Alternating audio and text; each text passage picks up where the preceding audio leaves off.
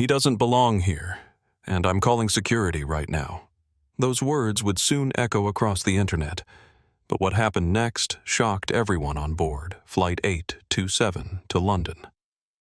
The morning sun filtered through the floor-to-ceiling windows of Victoria Whitfield's Miami penthouse, casting long shadows across marble floors that had once felt like a symbol of her success, but now seemed to mock her with their cold perfection. She stood in her walk-in closet, surrounded by designer clothes worth more than most people's annual salaries, yet feeling more naked and vulnerable than ever before. Her hands trembled slightly as she reached for her anxiety medication, the little white pills that had become her secret companion over the past 6 months since Kenneth's law firm started hemorrhaging clients. Victoria was 43 years old, though her plastic surgeon swore she could pass for 35, and she had built her entire identity around being someone who mattered, someone who commanded respect in the exclusive circles of Miami high society. But lately, those circles felt like they were closing in on her rather than embracing her. The charity galas, where she used to hold court, now felt like minefields where she had to carefully navigate conversations about money, about Kenneth's cases, about their future. She adjusted her cream-colored cashmere blazer, a piece that cost more than most people spent on rent, and checked her reflection in the mirror one more time, searching for any sign of the cracks that seemed to be spreading through her carefully constructed facade. Her phone buzzed with notifications from her Instagram account, where she posted carefully curated images of her perfect life, and she found herself checking the likes obsessively as if the digital validation could somehow fill the growing void of insecurity that threatened to swallow her whole. Kenneth had been distant lately, spending more and more time at the office or on mysterious phone calls that ended abruptly when she entered the room. This London trip was supposed to be their chance to reconnect their last hurrah before they had to face whatever financial reality was bearing down on them like an unstoppable freight train. Victoria grabbed her Louis Vuitton carry-on, the one Kenneth had given her for their anniversary 3 years ago, when money wasn't something that kept them both awake at night, and headed toward the door, trying to shake off the feeling that something fundamental was about to change in ways she couldn't yet imagine. Across town, in a modest hotel room near Miami International Airport, Isaiah Thompson sat on the edge of the bed reading through a thick folder marked Confidential, Federal Aviation Administration, while the morning news played quietly in the background. At 51, Isaiah possessed the kind of quiet strength that came from years of making life-or-death decisions in the aviation industry, his dark skin weathered by time and responsibility, his eyes holding the wisdom of someone who had seen both the best and worst of human nature at 35,000 feet. He was the Senior Director of Aviation Security and Compliance for the FAA position that required him to travel frequently to conduct unannounced audits of airlines and airports, ensuring that safety protocols were being followed and that passengers were being treated with the dignity and respect they deserved. Today's flight to London was supposed to be different, though, because it wasn't just about work. He was planning to surprise his daughter Zara, who was about to embark on her first international flight as a co-pilot for British Airways, a milestone that would have made his late wife Sarah burst with pride. Isaiah carefully placed the framed photograph of Sarah and Zara from Zara's pilot graduation into his worn leather satchel, the same bag he had carried through countless airports and investigations over the past 15 years. Sarah had passed away 3 years ago after a long battle with cancer, and since then Zara had become not just his daughter, but his anchor, the living embodiment of everything good and strong that Sarah had brought into their lives. He thought about the conversation they'd had the night before, where Zara had confessed her nervousness about flying internationally for the first time, not because she doubted her skills as a pilot, but because she worried about facing the kind of prejudice that still plagued the aviation industry. "Just remember what Mom always told us," Isaiah had said during that phone call, his voice carrying across the miles between Miami and London. "Excellence is our response to ignorance, and dignity is our shield against hatred." He had learned those lessons the hard way during his own career, facing down discrimination with the kind of quiet professionalism that eventually earned him respect from even his harshest critics. Today, dressed in his usual off-duty attire of faded jeans and a comfortable hoodie, he looked like any other passenger heading home from vacation, which was exactly how he preferred to conduct his undercover audits. Meanwhile, in a different part of Miami, Kenneth Whitfield sat in his home office staring at a small electronic device that looked innocuous enough to pass undetected through airport security, but sophisticated enough to intercept and transmit sensitive aviation data to servers halfway around the world. His law practice, once thriving and profitable, had been bleeding clients and money for months, victims of his own poor decisions and the changing legal landscape that had left him scrambling to find new sources of income. The men who had approached him 6 weeks ago had seemed like angels offering salvation, representatives of what they called a competitive intelligence firm based in Shanghai, who were willing to pay handsomely for access to certain types of aviation data that would help their clients make informed investment decisions. They had made it sound so legitimate, so reasonable, just corporate espionage rather than anything that could actually hurt people. Kenneth had convinced himself that stealing engine telemetry data and flight safety reports was victimless crime, something that happened in boardrooms all over the world every single day. But as he prepared to install the data intercepting device on today's flight, Kenneth felt the weight of what he was really doing settling on his shoulders like a suffocating blanket. He knew Victoria well enough to predict exactly how she would react to sitting near someone she perceived as different or threatening, and he hated himself for planning to use his wife's prejudices as a smokescreen for his own criminal activities. Victoria's anxiety and insecurities, which had been growing worse over the past few months, made her increasingly likely to cause scenes in public, especially when she felt her status or safety was being threatened. Kenneth tucked the device into his carry-on bag right next to Victoria's blood pressure medication and his own business documents, and tried to push down the growing voice in his head that whispered he was crossing a line he would never be able to uncross. The financial pressure felt overwhelming, crushing, like trying to breathe underwater, while weights dragged him deeper and deeper into moral compromises he never thought he'd be capable of making. The humid air of Miami International Airport hit them like a wall as Victoria and Kenneth made their way through the sliding glass doors joining the river of travelers heading toward departure gates and new destinations. Victoria clutched her designer handbag tighter as they navigated through the crowd, her anxiety medication having kicked in just enough to take the sharp edge off her nervousness, but not enough to completely calm the growing sense of unease that seemed to follow her everywhere these days. Kenneth walked slightly behind her, carrying both their larger bags and wearing the distracted expression that had become his default mode over the past few months, constantly checking his phone for messages from clients who might save his failing practice, or creditors who might destroy what little remained of their financial security. Victoria found herself overcompensating for his emotional distance by being louder and more demanding than usual, as if projecting an image of control and importance could somehow make her feel less like everything in her life was spinning wildly out of her grasp. "Kenneth, did you remember to request the wheelchair assistance for boarding?" she asked, though neither of them needed any kind of assistance, and Kenneth knew this was just another way for her to feel special, to cut through lines and receive preferential treatment that reinforced her sense of being better than the ordinary travelers around them. "And make sure they know we're platinum members, because last time they tried to board us with the regular first-class passengers instead of giving us priority."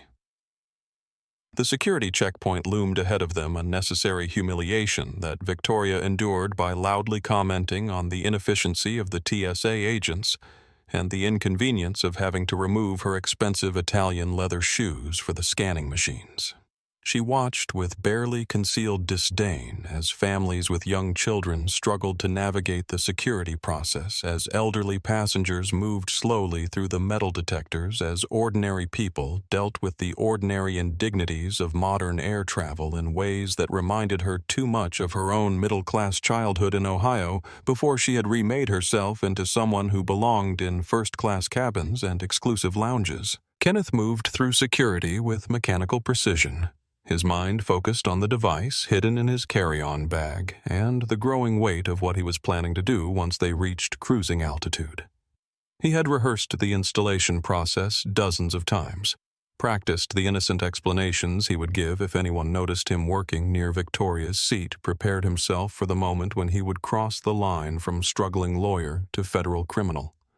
The device would only need a few minutes to establish its connection and begin transmitting data, but those few minutes would require Victoria to provide enough of a distraction to keep the flight crew's attention focused elsewhere. As they made their way toward the gate, Victoria's anxiety began manifesting in increasingly aggressive behavior toward the airport staff, snapping at the coffee shop barista, who took too long with her order, complaining loudly to the gate agent about the delay in boarding announcements, generally making herself the kind of passenger that crew members dread dealing with even before the flight begins. She seemed to be seeking conflict, as if arguing with service workers could somehow restore her sense of power and control in a world that increasingly felt like it was moving beyond her influence. Isaiah Thompson arrived at the gate 30 minutes before boarding, carrying his simple leather satchel and wearing the kind of comfortable travel clothes that marked him as an experienced flyer who valued substance over style. He found a seat in the corner where he could observe the boarding process while making final notes in his audit folder, watching for signs of the security lapses and customer service failures that his reports would later document for FAA review. He noticed the well-dressed woman near the gate counter who seemed to be arguing with multiple airline employees about various perceived slights and inconveniences, and made a mental note about passenger behavior management and crew training protocols. Isaiah had seen enough difficult passengers over the years to recognize when someone was using their economic status as a weapon against workers who had no power to fight back, and he felt a familiar sadness about the way fear and insecurity could transform people into their worst possible versions of themselves. His phone buzzed with a text message from Zara, who was preparing for her own pre-flight briefing at Heathrow Airport, and Isaiah smiled as he read her words of encouragement for his surprise visit. Her excitement about finally flying international routes, her pride in following the career path that had brought them both so much joy over the years. "Dad, I can't wait to see you in London," she had written. "Mom would be so proud of both of us right now." Isaiah tucked the phone away and returned his attention to the boarding process, unaware that his quiet presence would soon become the focal point of a confrontation that would change multiple lives forever. The boarding announcement crackled over the gate speakers with the mechanical politeness that marked the beginning of every flight, calling first-class passengers and Diamond Medallion members to begin the familiar ritual of finding seats, stowing luggage, and settling in for the hours ahead. Victoria Whitfield practically sprinted toward the gate, her heels clicking aggressively against the polished airport floor as she pushed past other passengers with the single-minded determination of someone who viewed boarding order as a reflection of personal worth and social standing. Kenneth followed more slowly, the weight of his hidden agenda making every step feel deliberate and consequential, like walking toward an execution he had scheduled for himself. He watched Victoria disappear down the jet bridge ahead of him and tried to prepare mentally for what he was about to set in motion, knowing that once the device was installed and activated, there would be no turning back from the path he had chosen out of desperation and moral weakness. Victoria entered the first-class cabin of the Boeing 777 with the air of someone claiming territory that rightfully belonged to her, scanning the pristine leather seats and polished surfaces for any sign of imperfection that might justify a complaint to the flight crew. The cabin was designed for 12 passengers, each seat a private pod that converted into a flat bed for overnight flights, the kind of luxury that Victoria had come to expect as her due rather than appreciate as a privilege that most people would never experience. Her seat was 1A, positioned at the very front of the cabin, where she could maintain visual dominance over the space and ensure that her presence was noted by both crew and fellow passengers. But as she approached her assigned seat, Victoria's confident stride faltered and then stopped completely, because there, in seat 1B, directly across the narrow aisle, sat a black man in his early 50s wearing faded jeans and a gray hoodie that looked like it had seen better days, reading what appeared to be a technical manual with the kind of focused concentration that suggested deep professional knowledge. Isaiah Thompson looked up from his reading as Victoria paused in the aisle, recognizing her as the woman who had been causing problems at the gate, and offered the kind of polite nod that one first-class passenger typically gives another as an acknowledgement of shared privilege and mutual respect. He had long ago learned to recognize the look that crossed certain people's faces when they encountered him in spaces they considered exclusively their own, and he saw that familiar mixture of surprise, confusion, and barely concealed outrage beginning to form in Victoria's expression. "Excuse me, Victoria," said her voice, carrying the artificially sweet tone that she used when she wanted to sound reasonable while making unreasonable demands. "But I think there might be some confusion about the seating arrangements in this section." She gestured vaguely at Isaiah's seat, as if the problem would be obvious to anyone with eyes to see, while her mind raced through possible explanations for how someone who looked so obviously out of place could have ended up in her exclusive domain. Isaiah closed his technical manual and removed his reading glasses, with the deliberate calm of someone who had navigated similar conversations countless times throughout his career, recognizing the coded language and implicit assumptions that Victoria was trying to communicate without saying anything overtly racist. "I'm in seat 1B, ma'am," he replied, his deep voice carrying the kind of quiet authority that came from years of managing complex situations under pressure. "Is there something specific I can help you with?" Victoria's jaw tightened as she realized that Isaiah wasn't going to voluntarily relocate himself to whatever part of the plane she thought he belonged in, and she began looking around for a flight attendant who could resolve what she perceived as an obvious error in judgment or protocol. The idea that this man might actually belong in first class, might have paid the same fare she had paid, might have earned his seat through the same frequent flyer status she claimed as proof of her importance, simply didn't compute within her understanding of how the world was supposed to work. Diana Martinez, the lead flight attendant, noticed the tension developing near the front of the cabin and approached with the professional smile and diplomatic manner that came from years of managing passenger conflicts before they escalated into incidents that could affect flight safety.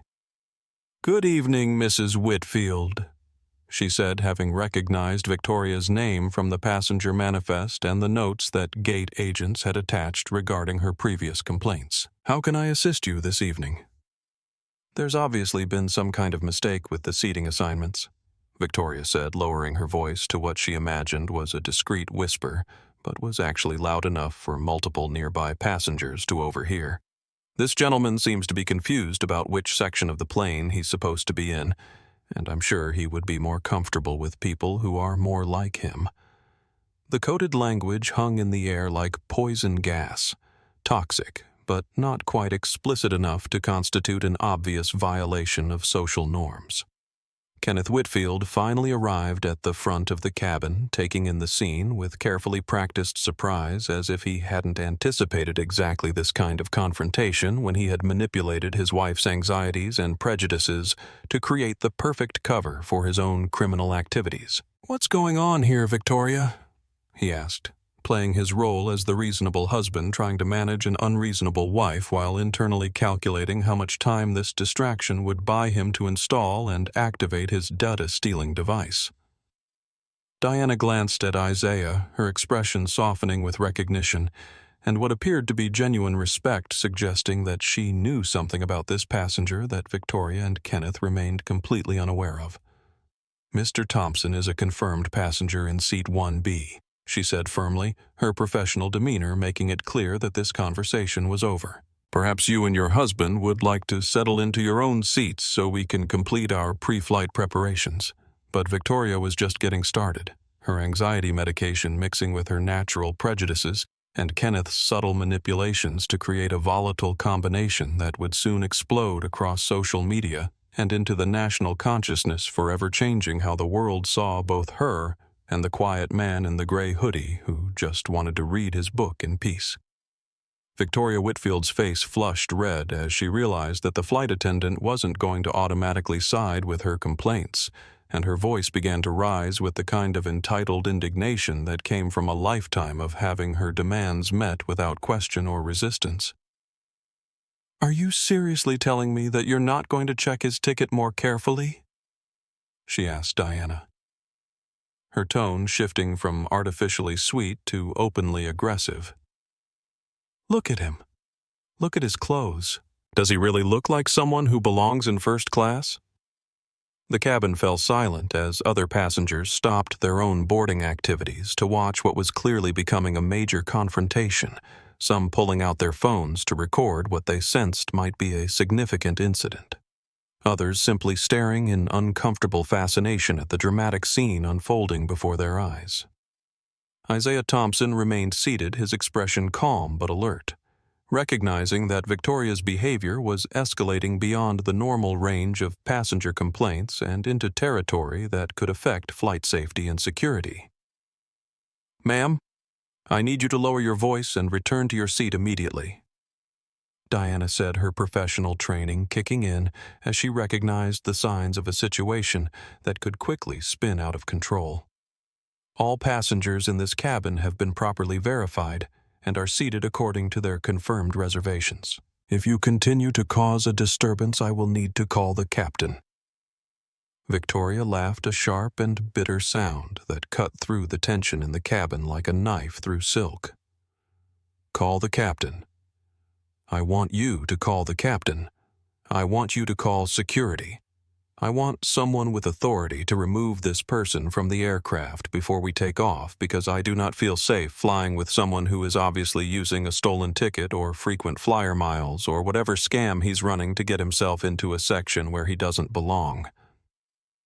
Kenneth positioned himself strategically behind his wife, making a show of trying to calm her down while actually encouraging her paranoia with subtle comments and gestures designed to fuel her outrage rather than diffuse it. "Victoria, maybe we should just let the crew handle this," he said in a voice loud enough to be heard by other passengers, playing his role as the reasonable husband while internally calculating how much longer he needed this distraction to continue. "But you're right to be concerned about security protocols, especially these days." Emma Rodriguez, a 16-year-old passenger traveling with her family in seat 3. Quietly started recording the confrontation on her phone, her teenage instincts telling her that she was witnessing something that would soon become much bigger than a simple disagreement between passengers. She had grown up in the age of viral videos and social media justice, and she recognized the pattern of behavior that she was seeing from Victoria as something that needed to be documented and shared with the world. An elderly couple, Mr. and Mrs. Chen, sat in seats 2C and 2D whispering quietly to each other in Mandarin as they watched Victoria's behavior with growing alarm and disapproval. Both of them had experienced their own share of discrimination and prejudice over the years, and they recognized the coded language and implicit assumptions that Victoria was using to attack Isaiah without explicitly stating her racist motivations. "This is completely unacceptable," Victoria continued, her voice growing louder and more shrill with each word. "I paid $10,000 for this ticket, and I have a right to feel safe and comfortable on this flight. That man is obviously not supposed to be here, and the fact that you're not doing anything about it tells me everything I need to know about the declining standards of this airline." Isaiah Thompson slowly unbuckled his seatbelt and stood up, his 6'3" frame filling the small space between the seats as he faced Victoria with the kind of dignified bearing that comes from years of maintaining composure under pressure.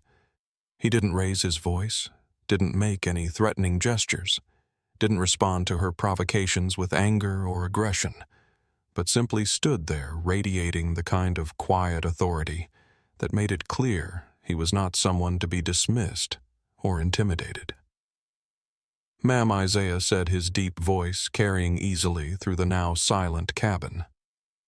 "I understand that you're upset, but I have done nothing to threaten you or make you uncomfortable beyond simply existing in a space that you apparently believe belongs exclusively to people who look like you. I suggest you sit down and allow the crew to complete their pre-flight procedures so we can all reach our destination safely." Victoria recoiled as if she had been slapped, her prejudices and anxieties combining with her medication-amplified paranoia to create a perfect storm of irrational rage. "Don't you dare tell me what to do!" she screamed, her voice now loud enough to be heard throughout the entire aircraft. "You don't belong here, and everyone knows it. Look at your bag. Look at your clothes. You're probably using stolen miles or a fake credit card, and I'm not going to sit here and pretend that's okay."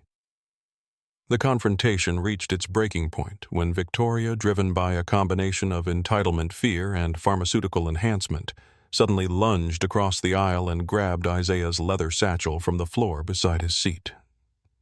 "I want to see what's in here," she demanded, clutching the bag against her chest like evidence in a criminal trial. "If you have nothing to hide, then show everyone what you're really carrying. I bet there's something illegal in here, something dangerous." Isaiah's calm composure cracked for the first time as he saw Victoria rifling through his personal belongings, including the framed photograph of his late wife and daughter that he carried everywhere as a reminder of what mattered most in life. "Ma'am, that is private property," he said, his voice carrying a note of warning that made it clear he would not tolerate further violations of his personal space. "Return my bag immediately." But Victoria was beyond reason now, driven by the kind of manic energy that comes from anxiety medication mixed with racist paranoia and social media-fueled entitlement. She began pulling items out of the satchel and holding them up for other passengers to see, as if the protein bars and spare socks and family photographs would somehow vindicate her suspicions and prove that Isaiah was the security threat she had convinced herself he represented. "Look at this," she shrieked, waving a folder marked "Confidential, Federal Aviation Administration" in the air above her head. "He has classified government documents. This proves he's a spy or a terrorist or something worse. We need to land this plane right now before he kills us all." Captain David Rodriguez had been flying commercial aircraft for 23 years, logging more than 15,000 hours in the cockpit and dealing with every conceivable type of passenger emergency, weather crisis, and mechanical failure that could occur at 35,000 feet above the ground. But as he listened to Diana Martinez's increasingly urgent reports about the escalating confrontation in the first-class cabin, he realized that he was facing a situation unlike anything in his extensive experience as a professional pilot. "Captain, we have a Level 3 passenger disturbance in the forward cabin." Diana's voice crackled through the intercom system, her usual calm professionalism strained by the chaos she was trying to manage. "One passenger has physically assaulted another and is now claiming there are classified documents and potential security threats on board. She's demanding that we contact law enforcement and refusing to return to her seat." David's mind immediately shifted into crisis management mode, running through the protocols and procedures that governed passenger safety and flight security, weighing the potential risks of continuing to London against the certainty of massive delays and logistical complications that would result from an emergency diversion. He had seen enough passenger meltdowns over the years to recognize when someone was having a genuine psychological episode versus when they were simply being difficult, and Diana's description suggested that this situation had crossed the line from mere unruliness into territory that could threaten the safety of everyone on board. "What's the assessment from the other crew members?" David asked, his hands already reaching for the communication controls that would allow him to contact air traffic control and begin the process of finding an alternate landing site. "Are we dealing with an actual security threat? Or is this a passenger having some kind of breakdown?"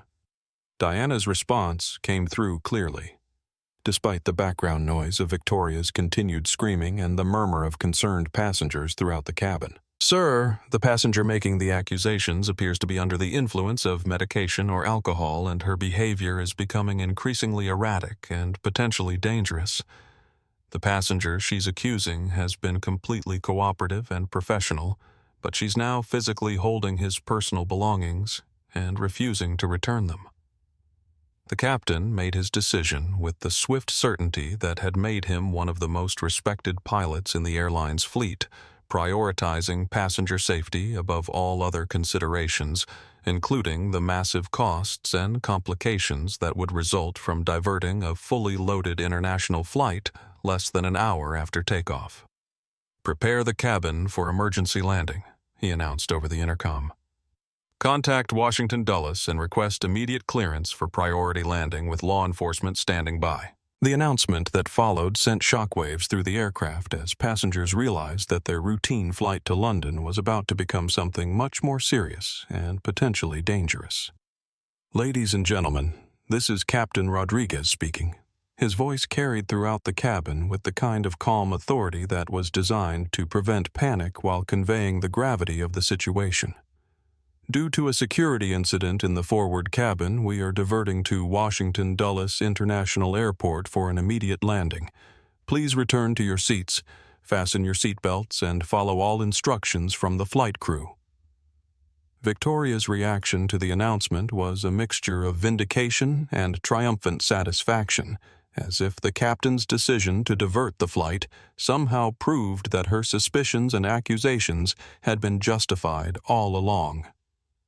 "See," she shouted at the other passengers, waving Isaiah's satchel in the air like a trophy of war. "I told you there was something wrong. The captain knows I'm right, and now we're landing so they can arrest this terrorist before he can hurt anyone." Emma Rodriguez continued recording the entire incident on her phone, her teenage understanding of social media dynamics telling her that she was documenting something that would soon become a viral sensation with millions of views and worldwide impact.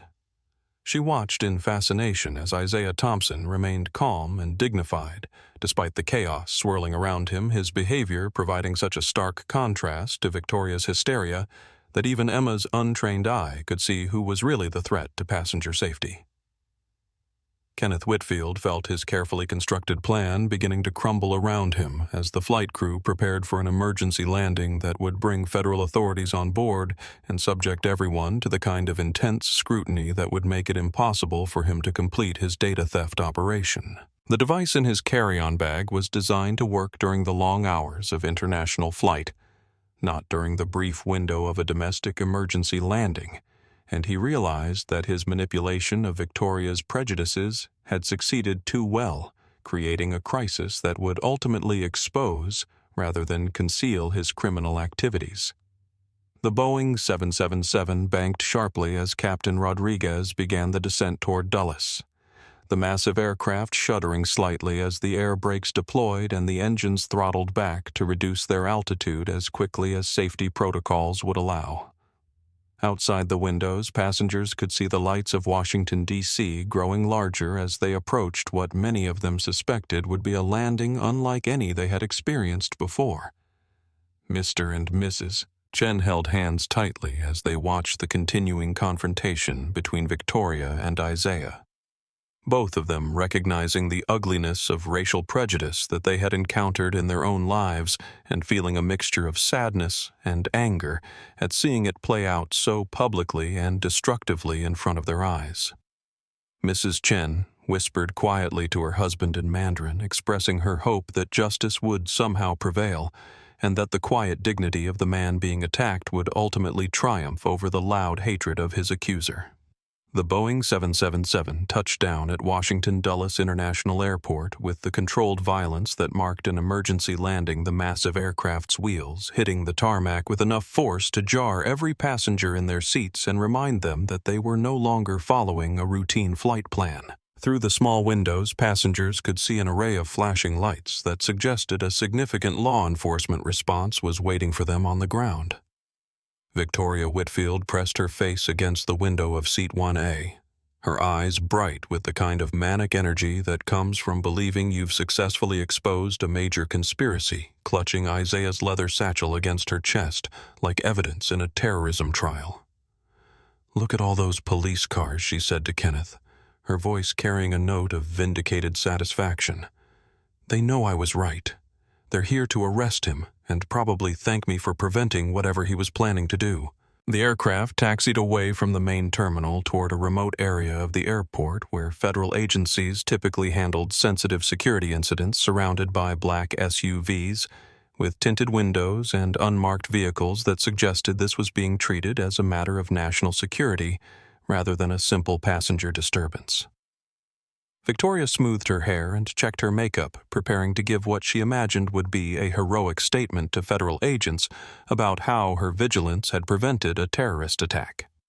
The cabin door opened with a sharp hiss of equalizing pressure, and the mobile stairs that had been positioned against the aircraft filled immediately with the heavy footsteps of federal agents wearing tactical gear and expressions of professional seriousness. Agent Sarah Mitchell, a 15-year veteran of airline security investigations, led the boarding party with the kind of focused intensity that came from years of dealing with genuine threats to aviation safety. "Nobody move." Agent Mitchell's voice cut through the cabin like a blade, her hand resting casually but meaningfully on the weapon at her hip. "This is a federal investigation, and everyone will remain in their seats until you are specifically instructed otherwise. Any attempt to leave your seat or interfere with this investigation will result in immediate arrest." Victoria immediately stood up and stepped into the aisle, raising her hand like a student eager to answer the teacher's question, her face beaming with the kind of excitement that she usually reserved for charity galas and exclusive social events. "Agent over here," she called out, her voice carrying the commanding tone she used when dealing with service workers and subordinates. "I'm the one who identified the threat. I'm the one who made the crew call for help. The suspect is right there in seat 1. B." Agent Mitchell turned her attention to Victoria with the kind of professional assessment that immediately cataloged everything from her expensive clothes to her dilated pupils to the leather satchel she was clutching that clearly didn't belong to her.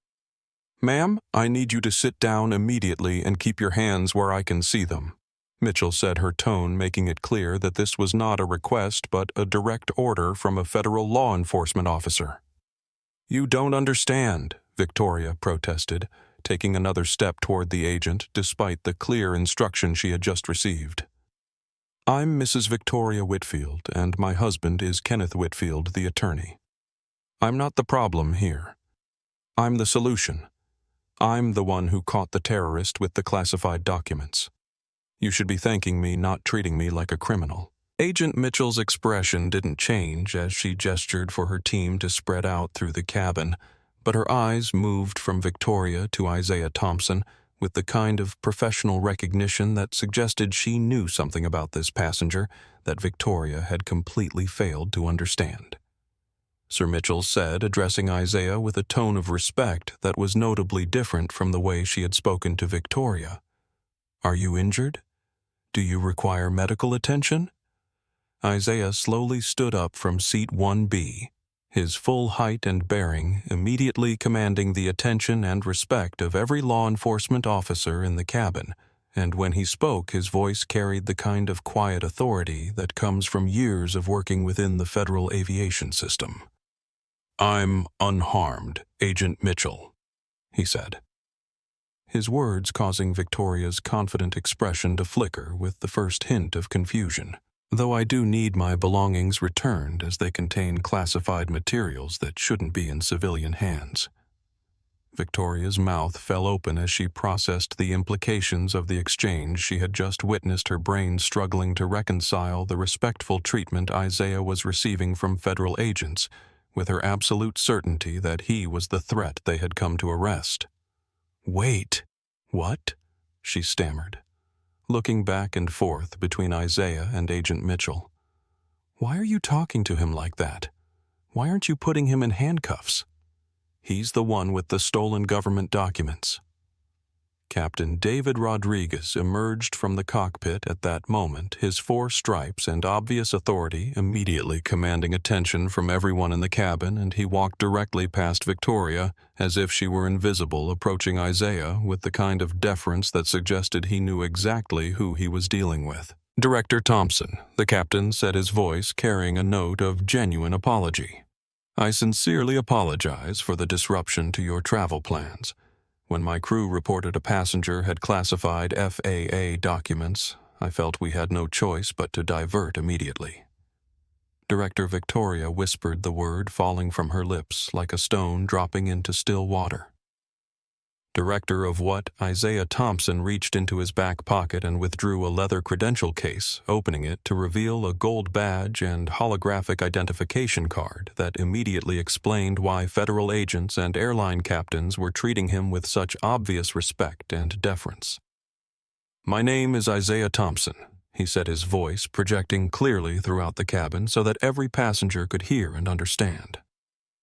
"I am the Senior Director of Aviation Security and Compliance for the Federal Aviation Administration. I was conducting a routine undercover audit of this airline's safety and customer service protocols when this incident occurred." The revelation of Isaiah's true identity hit Victoria Whitfield like a physical blow, draining the color from her face and causing her to stumble backward against her seat as the full magnitude of her mistake began to register in her consciousness. The leather satchel containing his personal belongings and classified documents slipped from her suddenly nerveless fingers, scattering its contents across the carpet of the first-class cabin, like evidence of her complete and utter failure to understand the situation she had created. Agent Mitchell moved swiftly to secure the scattered FAA documents while her team continued their assessment of the cabin, but her attention was increasingly focused on Kenneth Whitfield, who had been sitting quietly in seat 2. Throughout the entire confrontation, his face pale and his hands trembling slightly as he realized that his carefully constructed plan was collapsing around him in the most spectacular and public way possible. "Mr. Whitfield," Agent Mitchell said, her voice carrying the kind of professional suspicion that comes from years of investigating federal crimes. "I notice you've been remarkably quiet during this entire incident. Most spouses would have tried harder to control their partner's behavior when it reached the level of physically assaulting a federal official." Kenneth's mouth opened and closed several times as he struggled to formulate a response that might somehow salvage the situation, but his legal training told him that he was already in far more trouble than Victoria could possibly imagine. The data-stealing device in his carry-on bag felt like it was burning a hole through the leather, and he knew that a thorough security sweep of the aircraft would inevitably discover evidence of his real crimes. "I was just trying to stay out of the way," Kenneth said, his voice barely above a whisper as sweat began to bead on his forehead, despite the cool temperature in the cabin. "Victoria gets upset sometimes, and I've learned that it's better to let her work through her feelings rather than trying to argue with her when she's in this kind of mood." Isaiah Thompson, meanwhile, was carefully examining his recovered belongings, checking to ensure that none of the classified documents had been damaged during Victoria's frantic search through his personal effects. His trained eye immediately noticed something that didn't belong among his papers, a small electronic device that had somehow found its way into his satchel during the chaos of the confrontation. Agent Mitchell Isaiah said quietly, holding up the device for her inspection, "This isn't mine. It appears to be some kind of data transmission equipment possibly designed to intercept aviation communications or flight control systems." The blood drained from Kenneth's face as he recognized the device he had planned to install near Victoria's seat, realizing that his wife's assault on Isaiah's belongings had somehow resulted in the very evidence he had hoped to conceal being discovered by federal agents and an FAA security director. His carefully constructed plan had not only failed, but had actually accelerated the discovery of his crimes in the most ironic way possible. Agent Mitchell took the device and immediately called for her technical specialist, Agent David Kim, who began scanning it with sophisticated equipment designed to identify potential cyber threats to aviation security. "This is definitely surveillance equipment," Kim reported after a few moments of analysis. "It's designed to intercept data transmissions from aircraft communication systems and forward them to external servers. Someone was planning to conduct industrial espionage, or worse." Victoria looked back and forth between her husband and the federal agents, her medication-clouded mind slowly beginning to understand that she had somehow become involved in something much more serious than her original complaints about Isaiah's presence in first class. "Kenneth," she said, her voice small and confused. "Kenneth, what's going on? Why do they have that thing? Where did it come from? Kenneth's resolve finally crumbled under the weight of federal investigation criminal evidence, and the growing realization that his attempts to use his wife's racism as a cover for his own crimes had instead led directly to their discovery. "It's mine," he whispered, his legal career and personal life evaporating in those two simple words. "The device is mine. I was hired to install it and steal aviation data for a client in Shanghai." The cabin fell completely silent as the implications of Kenneth's confession settled over everyone present, transforming what had seemed like a simple case of passenger racism into a complex federal investigation involving industrial espionage, foreign intelligence, and potential threats to national security. Agent Mitchell immediately called for additional backup and began the process of placing Kenneth under arrest for violations of federal computer crime laws and aviation security statutes.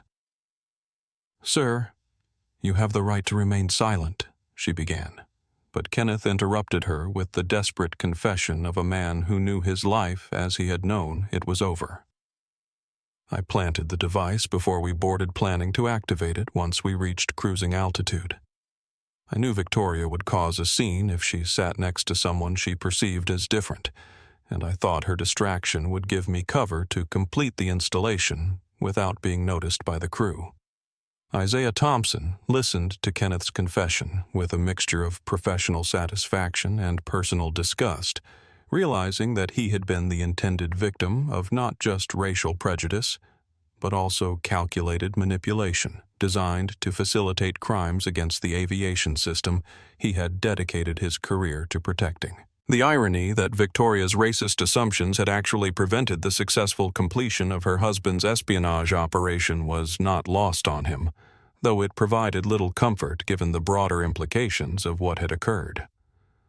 Emma Rodriguez, still recording everything on her phone from her seat in row 3, understood that she had just documented one of the most dramatic reversals in the history of viral videos, a complete transformation from what had seemed like a simple case of airplane racism into a complex story of federal crime, foreign espionage, and unintended consequences that would captivate internet audiences around the world. Within 6 hours of Emma Rodriguez uploading her phone footage to social media, the video of Victoria Whitfield's confrontation with Isaiah Thompson had been viewed more than 3 million times, shared across every major platform, and become the focal point of a national conversation about racial prejudice, assumption-based thinking, and the dangerous consequences of judging people by their appearance rather than their character or qualifications. The video's viral spread was accelerated by the dramatic reversal that occurred when Isaiah revealed his identity as an FAA Director, transforming what initially appeared to be a straightforward case of airplane racism into a complex story that included federal espionage, spousal manipulation, and the kind of instant karma that internet audiences found irresistible. News organizations from CNN to Fox News to the BBC picked up the story, creating a media firestorm that reached every corner of the globe within 24 hours. Victoria's daughter, Melissa Whitfield, was 16 years old and at school when her friends started showing her the video of her mother screaming at a federal official on an airplane, her face contorted with rage and prejudice in a way that Melissa had never seen before, but somehow wasn't entirely surprised to witness. The teenage girl felt a complex mixture of shame, anger, and heartbreak as she watched her mother's public meltdown, knowing that this moment would define their family for years to come. "I can't believe that's actually my mom," Melissa told her best friend during lunch period, her voice cracking with emotion as she tried to process the implications of her mother's behavior and her father's arrest for federal crimes. "I mean, I knew she could be difficult and entitled, but I never thought she was capable of this level of hatred. And my dad, how could he use her like that? How could he let her humiliate herself to cover up his own crimes?" Meanwhile, in London, Zara Thompson was preparing for her first international flight as a co-pilot when her colleagues started showing her the viral video of her father handling racist accusations with the kind of dignity and professionalism that had made him a legend within the aviation industry. She felt a surge of pride mixed with heartbreak as she watched Isaiah remain calm and composed while being attacked by someone who saw his presence in first class as an affront to the natural order of things. "That's my dad," she told her fellow pilots, her voice filled with admiration and love. "That's the man who taught me that excellence is our response to ignorance and dignity is our shield against hatred. He's been dealing with people like that woman his entire career, and he's never let their prejudice change who he is or how he does his job." The media coverage quickly expanded beyond the immediate incident to include broader discussions about racial bias in air travel, the ongoing challenges faced by black professionals in corporate America, and the complex ways that prejudice and assumption-based thinking continue to shape interpersonal interactions in the 21st century. Aviation industry experts praised Isaiah's handling of the situation while expressing concern about the security implications of Kenneth's espionage activities. Dr. Angela Williams, a sociology professor at Georgetown University who specialized in racial bias research, appeared on multiple news programs to discuss the incident's broader implications. "What we see in this video is a perfect example of how racial prejudice can blind people to reality," she explained to CNN's Anderson Cooper. Mrs. Whitfield was so committed to her assumption that a black man couldn't legitimately belong in first class that she completely missed the actual criminal sitting right behind her. The Federal Bureau of Investigation announced that Kenneth Whitfield's arrest was part of a larger investigation into industrial espionage activities targeting American aviation companies with potential connections to foreign intelligence services seeking to gain competitive advantages in the global aerospace market. The revelation that Kenneth had deliberately manipulated his wife's racist tendencies to create cover for his criminal activities added another layer of complexity to an already unprecedented case. Public reaction to the video was swift and largely supportive of Isaiah Thompson, with social media users creating hashtags like #DignityInAction and #professionalism goals to celebrate his calm handling of Victoria's aggressive behavior. However, there was also significant criticism of the other first-class passengers who had witnessed the confrontation but failed to speak up in Isaiah's defense, raising questions about the responsibility of bystanders to intervene when they witness discriminatory behavior. Victoria's Miami social circle, the exclusive world of charity galas and country club events that had previously defined her identity and self-worth, quickly distanced themselves from her in the wake of the viral video. Invitations to upcoming events were quietly withdrawn. Membership committees began discussing potential consequences, and former friends found themselves unable to defend or explain her behavior to their own social networks. Victoria Whitfield sat in a sterile federal holding cell in Northern Virginia, still wearing the cream-colored cashmere blazer that had been such an important part of her carefully constructed image just 12 hours earlier, though now it was wrinkled and stained with tears that had been falling intermittently since federal agents had placed her in handcuffs and read her rights. The expensive fabric that had once made her feel powerful and important now felt like a costume from a play she could no longer remember the lines to. Her lawyer, a public defender named Patricia Santos, who had been assigned to her case after Kenneth's law firm immediately terminated their representation, sat across from her in the small consultation room and tried to explain the severity of the federal charges she was facing. "Mrs. Whitfield, I need you to understand that assault on a federal official is a very serious crime, especially when it occurs on an aircraft," Santos said, her voice professional but not unsympathetic.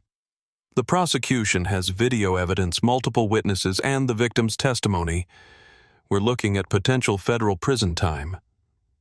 Victoria stared at her hands, which were shaking slightly from withdrawal as her anxiety medication began to wear off, and the reality of her situation started to penetrate the pharmaceutical fog that had clouded her judgment during the flight. "I thought I was protecting people," she whispered, her voice barely audible in the small room. "I thought he was dangerous. I thought I was being a good citizen by reporting suspicious behavior." Mrs. Whitfield Santos continued gently. "The man you accused of being a terrorist is one of the most respected officials in the Federal Aviation Administration. His credentials and reputation are impeccable. The only suspicious behavior on that flight came from your husband, who has confessed to federal espionage charges. We need to focus on building a defense based on your mental state and the medications you were taking." The full weight of what she had done began to settle on Victoria like a suffocating blanket as she realized that her prejudices and assumptions had not only destroyed her own life but had also exposed her husband's criminal activities and humiliated her daughter in front of the entire world. The viral video had been viewed more than 10 million times, and her face had become synonymous with entitled racism and willful ignorance. Meanwhile, in a different federal facility, Kenneth Whitfield sat in his own holding cell, still wearing the expensive suit that had once been a symbol of his professional success, but now felt like evidence of his moral bankruptcy. His law license had been immediately suspended, pending the outcome of his criminal case. His partnership in the firm had been dissolved, and his clients had fled to other attorneys who weren't facing federal espionage charges. Agent Mitchell had conducted a thorough interview with Kenneth, during which he had provided detailed information about his contacts with the Shanghai-based intelligence firm, the financial pressures that had driven him to accept their offer, and the calculated way he had manipulated his wife's racist tendencies to create the perfect distraction for his criminal activities. The recording of his confession would be used as evidence in what prosecutors were calling one of the most significant aviation security cases in recent years. "I never meant for it to go this far," Kenneth told his own lawyer during their consultation. "I just needed the money to save my practice. I thought it would be a simple data theft, nothing that would actually hurt anyone. But Victoria's behavior was so much worse than I expected, and when that passenger turned out to be an FAA director, everything just spiraled completely out of control." His attorney, James Crawford, was a former prosecutor who specialized in federal white-collar crime cases, and he had seen enough corporate espionage investigations to know that Kenneth was facing years in federal prison, regardless of his cooperation with authorities. "Kenneth, the government has your confession, the physical evidence and testimony from multiple federal officials," Crawford explained. "Our only option is to negotiate a plea agreement in exchange for your continued cooperation in exposing the larger network of intelligence assets operating in the United States." Back in Miami, Melissa Whitfield was staying with her aunt, while her parents remained in federal custody, struggling to process the complete destruction of her family's life and reputation in the span of a single day. She had deactivated all her social media accounts after being bombarded with messages ranging from sympathy to ridicule, and she found herself questioning everything she thought she knew about her parents and their values. "I keep thinking about all the conversations we had about other people," she told her aunt through tears.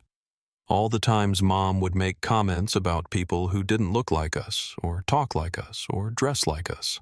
I thought it was just her being snobbish and elitist, but now I realize it was so much worse than that.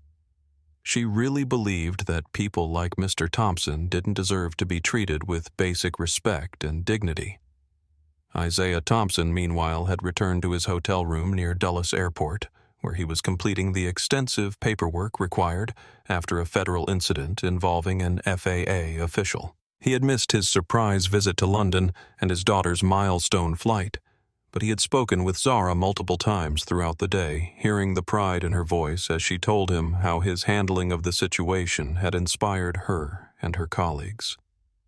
"Dad, you showed the whole world what real strength looks like," Zara had said during their most recent phone call. "Mom would have been so proud of how you handled that situation with such grace and professionalism. You didn't let that woman's hatred change who you are or how you treated her, even when she was attacking you personally and professionally."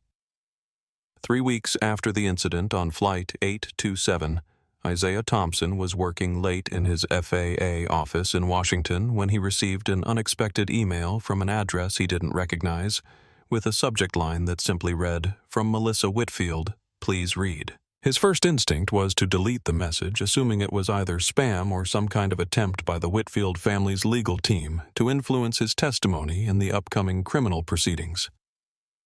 But something about the tone of the subject line suggested genuine communication rather than legal maneuvering. So Isaiah opened the email and began reading what turned out to be a heartfelt letter from Victoria's 16-year-old daughter, who had somehow obtained his work contact information and felt compelled to reach out with an apology and a request for guidance that touched him more deeply than any official commendation or media praise had managed to do. "Dear Mr. Thompson," the letter began, "my name is Melissa Whitfield, and I am the daughter of the woman who attacked you on the airplane 3 weeks ago. I want you to know that I have watched the video of that incident more times than I can count, and each viewing has left me more ashamed and heartbroken about my mother's behavior and my own family's contribution to the kind of prejudice and hatred that you faced that day." Isaiah continued reading as Melissa described her struggle to understand how her mother could have harbored such deep prejudices without her realizing it, her shock at learning about her father's criminal activities, and her determination to learn from her family's failures rather than repeat them. The letter was articulate and thoughtful in a way that suggested genuine reflection rather than performative apology, and Isaiah found himself moved by the young woman's obvious sincerity and moral courage. "I know that my mother's actions caused you pain and humiliation, and I know that my father's crimes violated your trust in ways that go far beyond personal offense," Melissa continued. "I don't expect you to forgive them, and I certainly don't expect you to have any interest in helping me process what has happened to my family. But I wanted you to know that seeing your dignity and professionalism in the face of such hatred has inspired me to try to become the kind of person who stands up against prejudice rather than perpetuating it." The letter concluded with a request that surprised Isaiah with its maturity and thoughtfulness. Melissa asked if he would be willing to recommend some books, articles, or other resources that might help her better understand the history and impact of racial prejudice in America, so that she could educate herself about issues that her privileged background had previously shielded her from understanding. Isaiah spent several days considering how to respond to Melissa's letter, consulting with his daughter Zara, and reflecting on the lessons he had learned from his late wife Sarah about the importance of extending grace and wisdom to young people who were genuinely seeking to grow and change. Eventually, he decided to write back with a carefully considered response that acknowledged both the pain her family had caused and the hope represented by her willingness to learn from their mistakes. "Dear Melissa," his reply began, "thank you for your thoughtful letter and your courage in reaching out during what I know must be an incredibly difficult time for you. While I cannot and will not minimize the harm that your parents' actions have caused, I am inspired by your commitment to learning from their mistakes and becoming an advocate for justice and dignity rather than prejudice and hatred." Isaiah included a carefully curated reading list that included works by James Baldwin, Ta-Nehisi Coates, Beverly Daniel Tatum, and other authors who had written eloquently about race privilege and the ongoing impact of discrimination in American society. He also suggested that Melissa might consider volunteering with organizations that work to promote racial understanding and social justice as a way of translating her newfound awareness into concrete action that could help heal some of the damage her family had caused. Meanwhile, Victoria Whitfield had been sentenced to 3 years of probation, 500 hours of community service, and mandatory participation in a court-ordered program designed to address racial bias and anger management issues. Her community service assignment placed her at a nonprofit organization that provided aviation education and career training to underserved youth, many of whom came from the same communities that she had previously dismissed and stereotyped.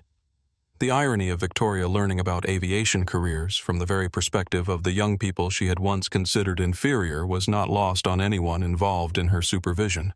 But the program's director, Marcus Williams, believed that genuine transformation required direct engagement with the communities that had been harmed by prejudicial thinking.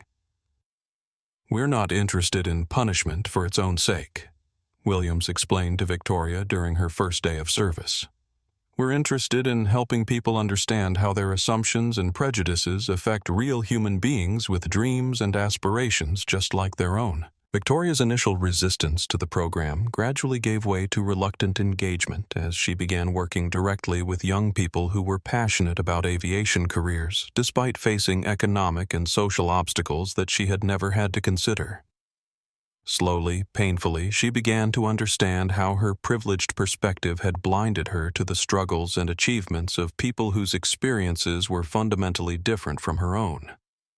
Emma Rodriguez, the teenager who had recorded the original incident, had used her viral video as the foundation for a documentary project about unconscious bias and the importance of speaking up when witnessing discriminatory behavior.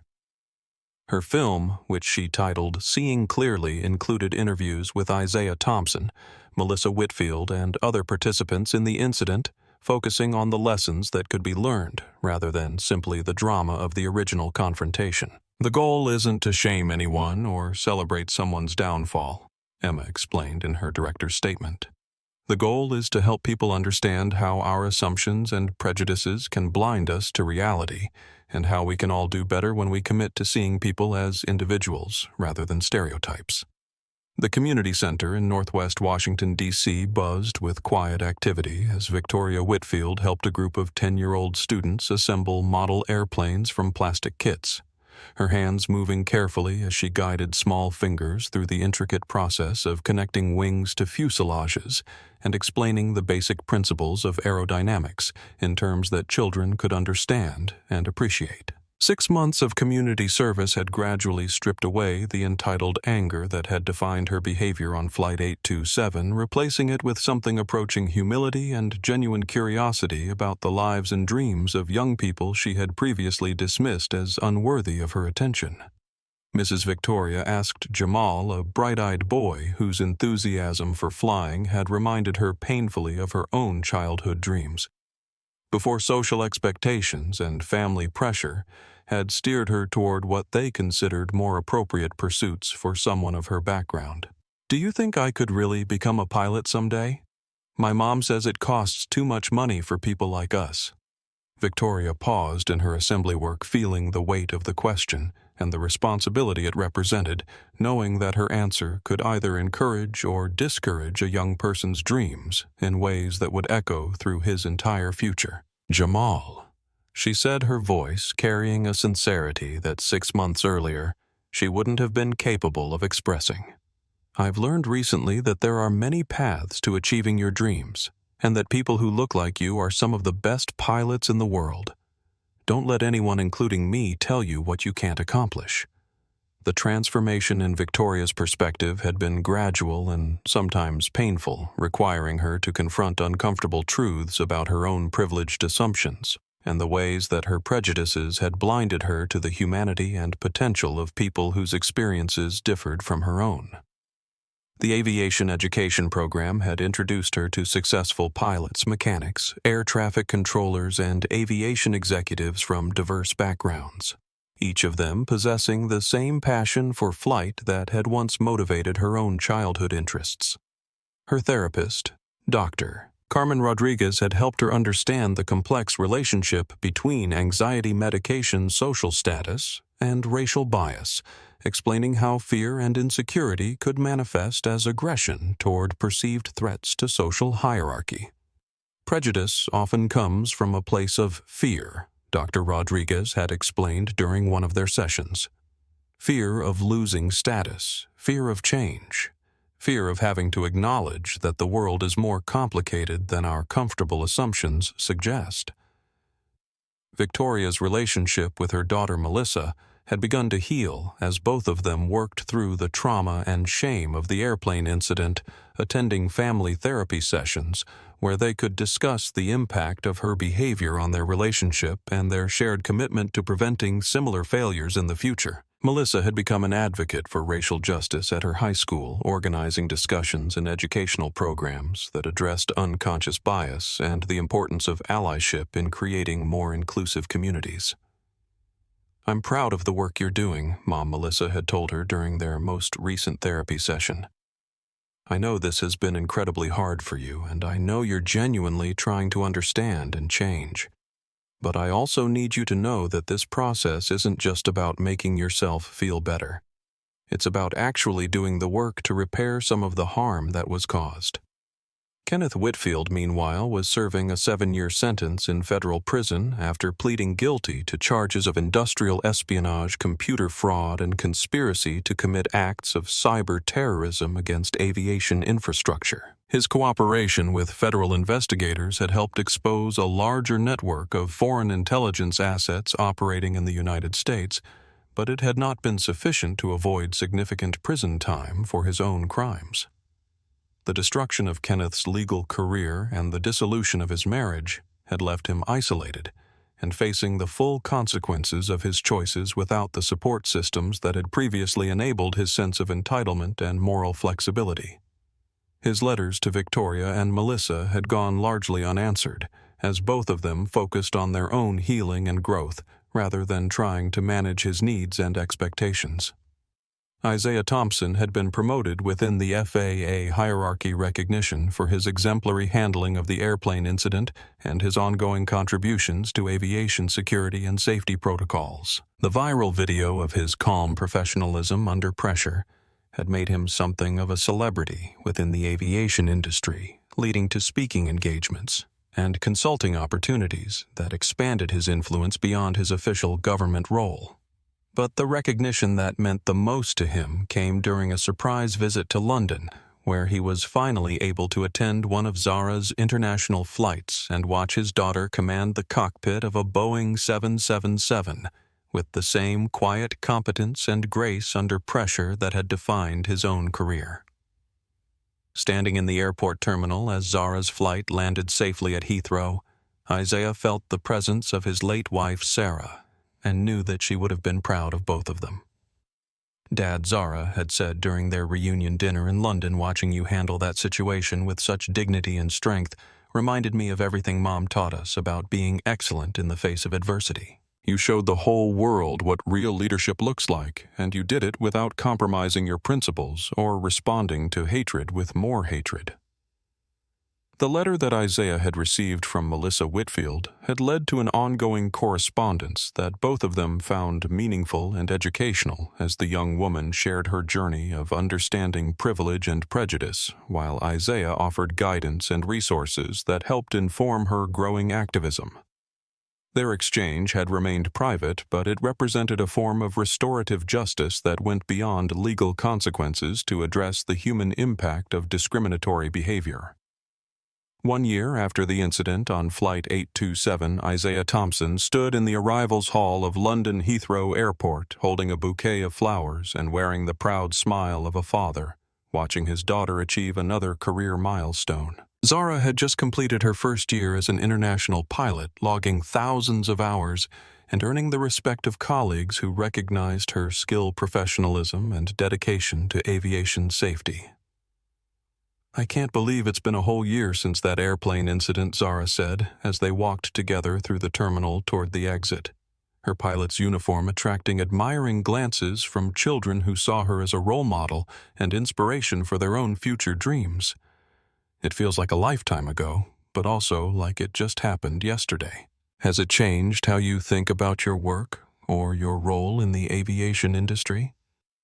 Isaiah considered his daughter's question as they made their way through the bustling airport, surrounded by travelers from dozens of countries, pursuing their own destinations and purposes, each of them carrying their own stories of hope, fear, ambition, and dreams that transcended the superficial differences that too often divide people from understanding their shared humanity.